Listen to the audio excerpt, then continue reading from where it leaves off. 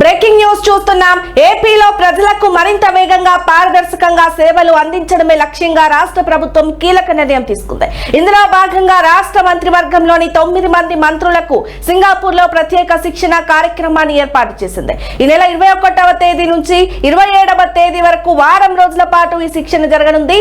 సుపరిపాలన, ఆధునిక పరిపాలన పద్ధతులు, ఆర్థిక అభివృద్ధికి అవసరమైన నైపుణ్యాలపై మంత్రులకు అవగాహన కల్పించడం ఈ కార్యక్రమం ప్రధాన ఉద్దేశం.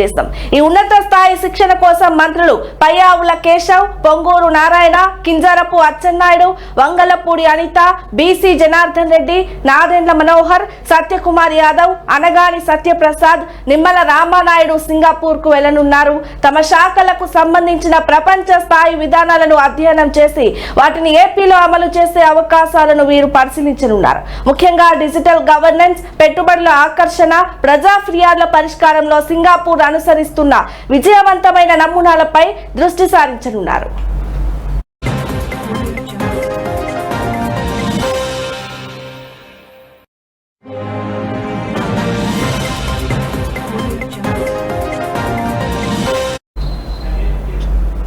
ఇక ప్రపంచంలోనే అత్యుత్తమ పరిపాలన వ్యవస్థల్లో సింగపూర్ ఒకటిగా గుర్తింపు పొందింది. అవినీతి రహిత పాలన, పారదర్శకత, సాంకేతిక పరిజ్ఞానాన్ని ప్రభుత్వ సేవల్లో విస్తృతంగా ఉపయోగించడం వంటి అంశాల్లో సింగపూర్ ఒక రోల్ మోడల్ గా నిలుస్తోంది. ఈ కారణాలతోనే ఏపీ ప్రభుత్వం తమ మంత్రుల శిక్షణ కోసం సింగపూర్ ను ఎంపిక చేసింది. ఈ శిక్షణ ద్వారా మంత్రులు నేర్చుకున్న అనుభవం, పరిజ్ఞానం రాష్ట్ర అభివృద్ధికి దోహదపడుతుందని, ప్రభుత్వ సేవల్లో నాణ్యత పెరిగి ప్రజలకు మెరుగైన పాలన అందుతుందని ప్రభుత్వ వర్గాలు భావిస్తున్నాయి. సీఎం చంద్రబాబు నాయుడు సుపరిపాలన దిశగా తీసుకున్న మరో ముఖ్యమైన ముందడుగుగా దీన్ని విశ్లేషిస్తున్నారు.